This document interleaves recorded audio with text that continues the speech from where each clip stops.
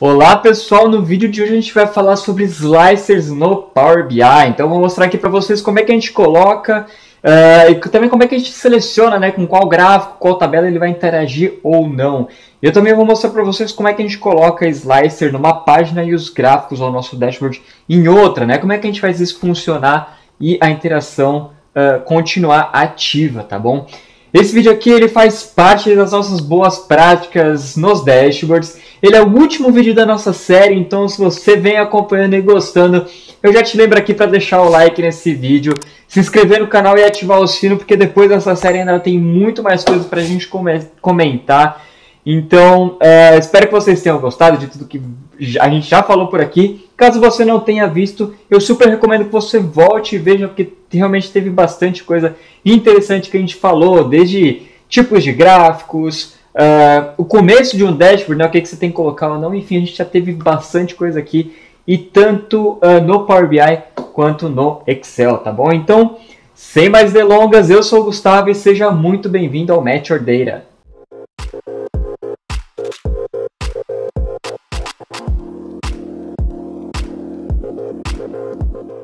Então vamos continuar aqui da onde a gente parou no nosso último dashboard de Power BI, né? Então a gente tinha feito aqui a tabela aqui embaixo, né? Essa aqui foi a última parte que a gente executou. E a ideia agora é que a gente, além de ter essa interação aqui dos cliques, né? Onde eu posso também fazer um filtro, a minha ideia aqui é realmente colocar filtros reais aqui dentro do nosso relatório, né? Só que assim, aqui nessa página já não sobrou espaço. Não tem como eu colocar um filtro aqui. Então qual que é a ideia aqui? Eu vou criar uma nova página. E eu já vou renomear aqui para filtros. Tá? Então, essa daqui vai ser a minha página onde eu vou colocar os filtros. E como é que eu coloco o filtro? Aqui no Power BI é bem tranquilo. Então, dentro aqui dessa abinha de visualizações, a gente tem um deles que chama Slicer, que é justamente um filtro. Então, a gente clica aqui no Slicer, ele já vai incluir aqui como se fosse um gráfico, mas na verdade ele é justamente um filtro. E aí depois a gente vai selecionar aqui um campo que a gente quer colocar. E aí, dependendo do campo que a gente coloca, o slicer ele se adapta ao tipo de dado que a gente está colocando, né? Então, por exemplo, se eu colocar aqui uma data, ele já vai entender que é algo com tempo e ele vai colocar aqui, ó, por exemplo, uma barra que eu posso filtrar, né? Eu posso tanto selecionar aqui e colocar uma data, eu posso mexer aqui com a barra, ou se não, se eu vier aqui na setinha em cima aqui do gráfico, eu posso selecionar outros tipos de filtro, né? Eu posso escolher um filtro relativo, que a gente chama, né? Então eu só consigo mudar aqui a data final. Eu posso também colocar aqui depois, que eu só consigo alterar a data inicial, né? Então tudo isso aqui é relativo a datas, né? Então eu consigo colocar aqui também, ó, relativo à data diretamente. Então os últimos X anos, meses, dias. Então dentro aqui do campo de data a gente já tem todas essas opções. Se eu fizer aqui, eu vou copiar esse filtro para baixo, tá? E colocar aqui um outro tipo de dado, por exemplo, aqui vamos colocar o produto. Ele tem aqui menos opções, né? Então eu posso colocar aqui uma lista, que é do jeito aqui que ele já veio logo de cara, ou eu posso colocar o que a gente chama de drop down, né? Que é justamente quando a gente aperta para ele aparecer a nossa lista. Então, dependendo do dado que você coloca, ele aparece coisas diferentes ali. E aqui é super configurável, é bem interessante o jeito que o Power BI se comporta aqui nesse caso, tá? Então, esse primeiro aqui eu vou deixar... vamos deixar aqui o relativo, né? Então eu quero deixar aqui que é X período, e o produto aqui também eu vou selecionar na mão, tá? Agora, além disso, a gente também pode configurar como é que esse slicer ele se comporta. Então, se a gente vier aqui na parte de formatação, né?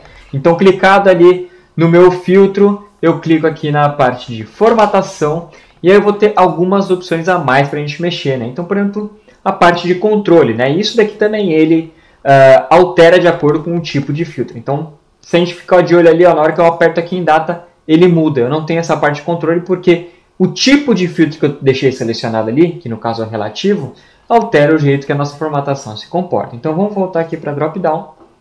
E aqui a gente tem algumas opções de só permitir uma seleção, a gente permitir multi-seleção com control, enfim, aqui tem um monte de configuração que a gente pode fazer que deixa o negócio bem dinâmico, bem completo, tá bom? Eu não vou mexer muito, não vou me aprofundar aqui, eu vou deixar ele do jeito normal, porque eu quero mostrar para vocês como é que a gente faz para que esse filtro aqui ele funcione nessa página. Porque, ó, se vocês observarem aqui, ó, então, último, vamos ver, a gente está aqui em 2021, então eu vou colocar último 2 anos, tá? Anos calendário.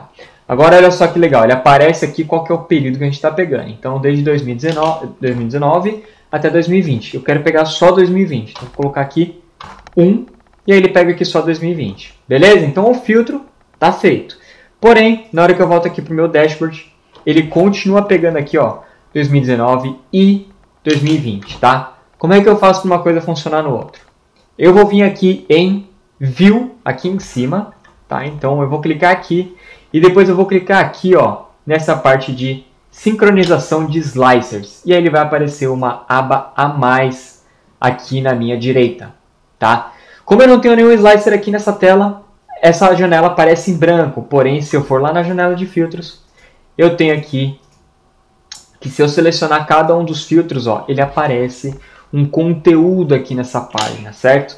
E aqui é justamente onde eu vou fazer o controle de onde ele aparece e se ele sincroniza com as coisas que estão naquela página, né?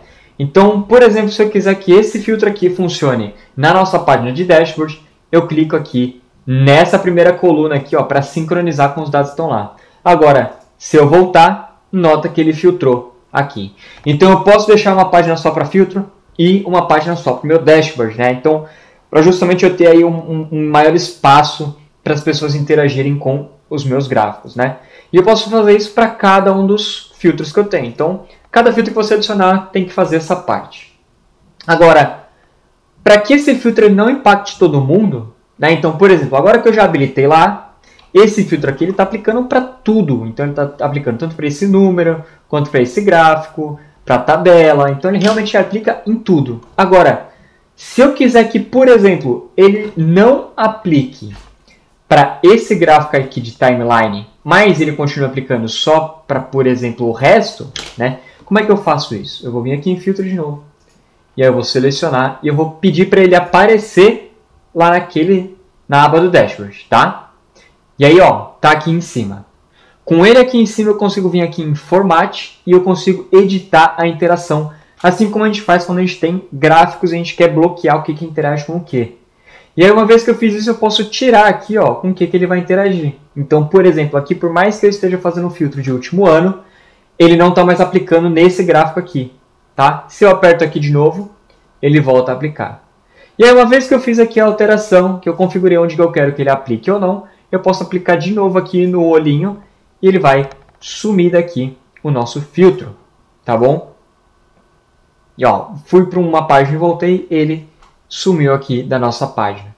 Então esse é o jeito que a gente cria filtro entre páginas diferentes e a gente configura o que vai impactar e o que não vai impactar, tá bom, pessoal? Aqui a gente poderia criar vários outros filtros para cada uma das coisas que eu quero filtrar, então essa tem uma parte super interessante, a gente tem que saber o que a gente quer filtrar, né? Não necessariamente a gente vai colocar todos os campos que a gente tem na nossa base de dados, né? A gente vai realmente ver o que se adequa mais ao que o nosso leitor vai analisar. Então aqui, por exemplo, deixei ali data, produto, eu poderia colocar ali a base de geografia também, né? Colocar um filtro de estado, região, enfim, eu teria que pensar aqui o que faz sentido para o meu leitor depois analisar e querer filtrar e querer mergulhar um pouco mais nos nossos dados, tá? Então fica com isso em mente também na hora que você for colocar aí os seus slicers, os seus filtros aqui no seu dashboard, beleza?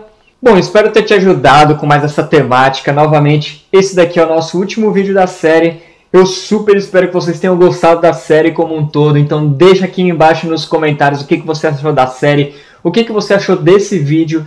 Me dê feedback, gostou, não gostou, tem que mudar alguma coisa, eu estou explicando certo, estou explicando errado. Enfim, escreve aqui embaixo para me ajudar. E também eu te lembro de, se você gostou do vídeo, não esquece de deixar o like, porque realmente me ajuda muito. E também se inscreve e ativa o sino, porque a gente tem outras coisas para falar ainda, né? Eu vou mergulhar em outros temas aqui. Eu vou explicar um pouco mais de Power BI e algumas coisas que é super interessante a gente saber na hora de montar um dashboard, começar a aprender um pouco mais de como é que funciona a parte de trás do Power BI. Eu também vou trazer outras temáticas, então uma coisa que eu já estou aqui na cabeça é gráficos nos jogos, né? Para a gente entender o quanto a facilidade de um gráfico ajuda também em temas completamente diferentes que a gente normalmente não nota, né? Então, fica ligadinho aqui porque tem bastante coisa pra gente comentar. Espero que você tenha gostado desse vídeo. Obrigado por assistir até aqui e eu vejo vocês nos próximos.